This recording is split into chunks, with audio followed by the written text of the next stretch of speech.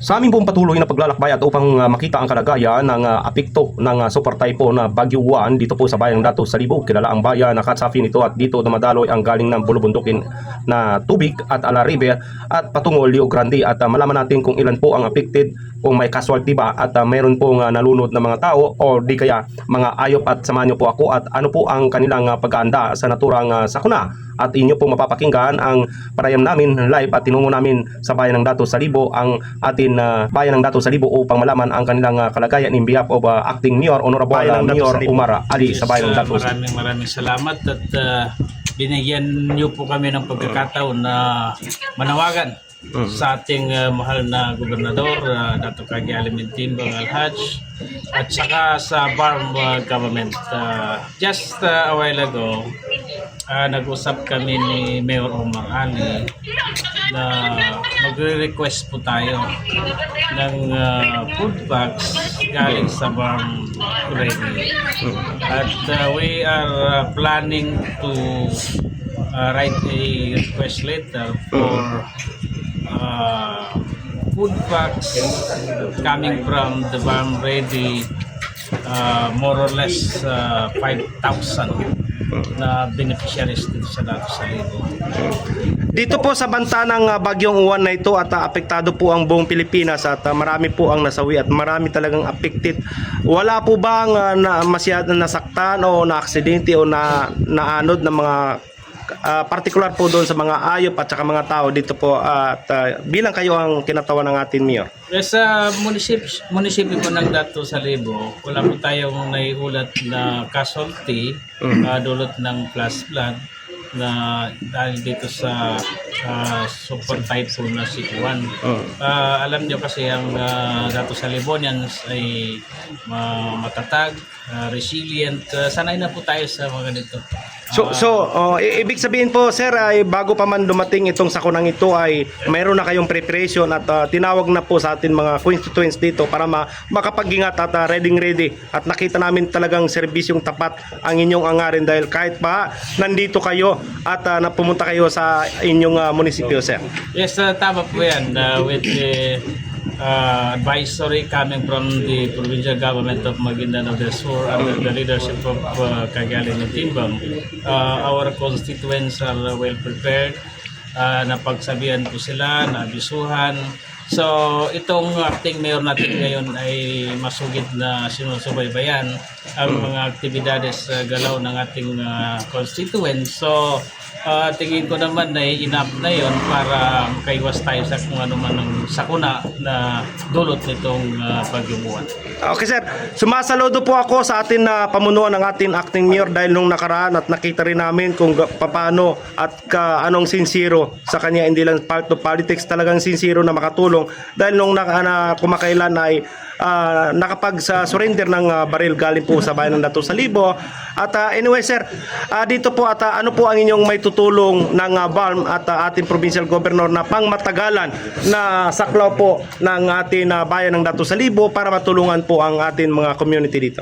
Yes, napakadami pong plano ang ating buting alkalde na si Honorable Mayor Omar Ali.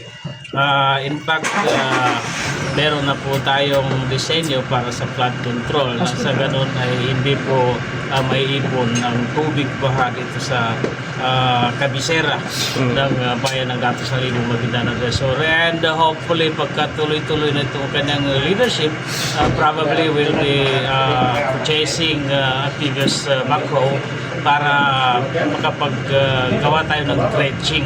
So itong tubig kasi kailangan na gawa natin ng daluyan ito para hindi ito mag-spread sa kabahayan dito sa ating mahal na bayan ng Dato Salibo, Maguindanao del Sur. Okay, maraming salamat, Tatak Balita po. Itong baha po ba na ito sir is yung baha na ito is lahat po ba ng nasakupan ng Dato Salibo, no? Lahat po ba is nabaha? Hindi naman po lahat ay apektado. Yung iba dyan tuwang-tuwa na binabaha sila kasi yung mga bata naglalaro lang. At pinaplano namin na bumili kami ng machine na may filter para itong baha na ito may pakinabangan natin.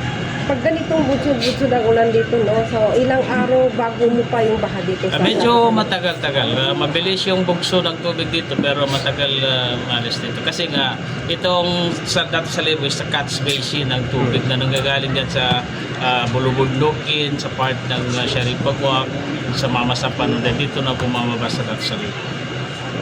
So maliban ho sa napanggitin niyo sir dito sa bilang ginatawan po nating mahal na mayor dito sa bayan ng Dato Salibo.